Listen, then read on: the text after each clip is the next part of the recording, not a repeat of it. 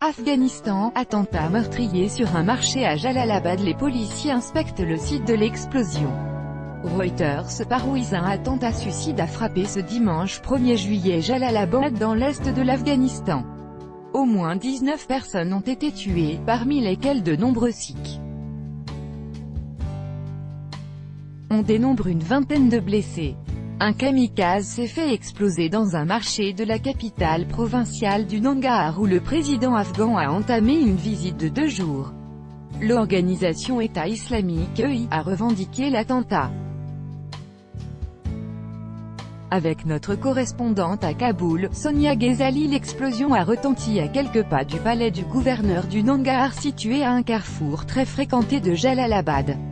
Rapidement, les photos des shops en flammes ont circulé sur les réseaux sociaux. Des vidéos de voitures calcinées ont-elles été relayées par les chaînes de télévision locales. C'est dans un marché qu'un kamikaze s'est fait exploser près du carrefour Mukabera.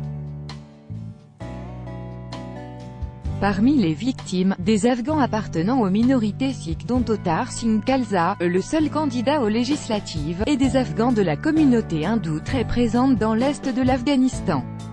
Celle-ci compte seulement 200 familles à travers le pays. Je vis comme un Afghan sous le drapeau de l'islam.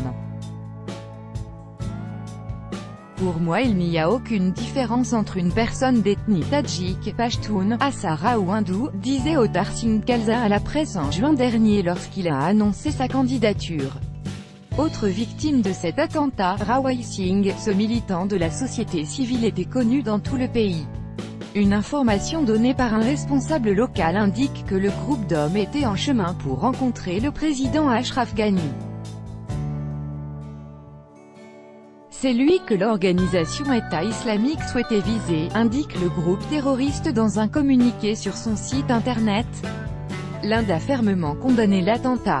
Plus tôt dans la journée, le chef de l'État, en visite dans la province, avait participé au lancement des travaux d'un futur complexe hospitalier, profitant également de ce séjour pour rencontrer plusieurs chefs traditionnels locaux. Avec le chef de l'exécutif Abdullah Abdullah, nous sommes prêts à discuter avec les talibans, où ils le souhaitent, a répété Ashraf Ghani au lendemain de la fin du cessez-le-feu unilatéral décrété à l'occasion des fêtes religieuses de l'Aïd el-Fitr et qu'il avait prolongé.